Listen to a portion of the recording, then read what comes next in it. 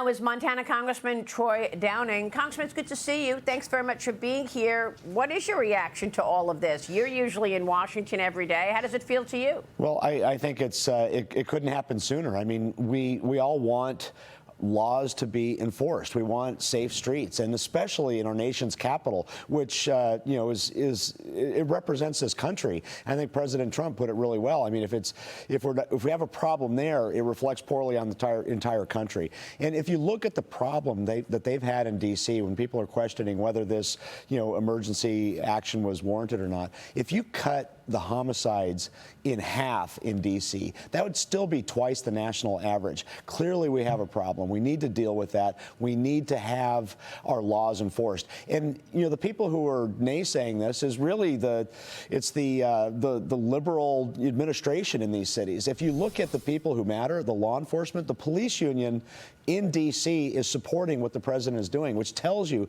that they acknowledge there's a problem. They are welcoming this support, and I think we need to take our streets back, especially in our nation's capital. So I applaud the president for taking bold action. Hopefully, this is a harbinger of what we see in these liberally run cities across the country that have crime problems and have a problem with us just not enforcing our laws. I mean, it's a really simple thing. Enforce the laws. Make our streets safe again. So you think that's why crime has gotten so bad in Washington, because there's no enforcement of the laws? I think that's exactly the problem. Yeah. They haven't been enforcing it. We've got this lackadaisical thought on actually dealing with these problems. And you see it across the country, and especially in cities that have liberal administrations. They're just not enforcing the law. Homeless problems, crime problems, drug problems, and we need to send in the troops, which is exactly what we're doing.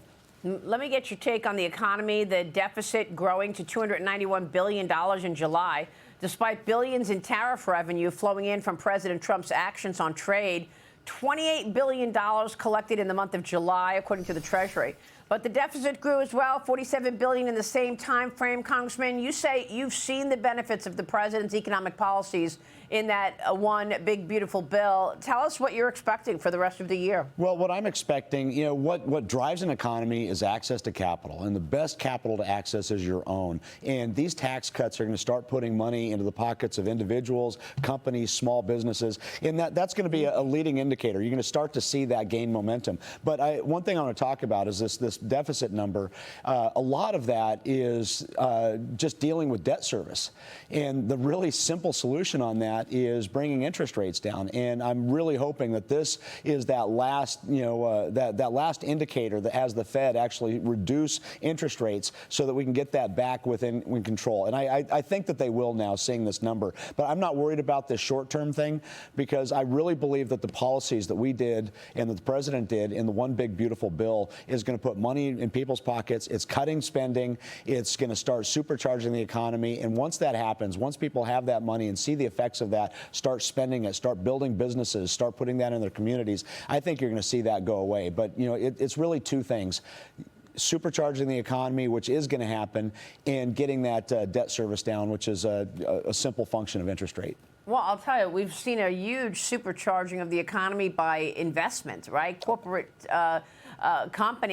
corporations are investing in America at President Trump's lead, and that certainly has put expectations higher in terms of investment and capital equipment spending. So what are you expecting on that front? There's been a whole new look at America as a place to invest from foreigners everywhere. I think it's really exciting. I mean, I just saw something about Apple putting another $100 billion into their domestic production. The total of $600 billion that Apple is investing in America, yeah, which is outstanding. And we saw this. A lot of people criticize the president on his trade policy and the way he was doing this. But at the end of the day, it's encouraged companies to start investing domestically. And that's not just something to drive the economy. I think there's national security implications. There's job implications. There's so many implications of doing this.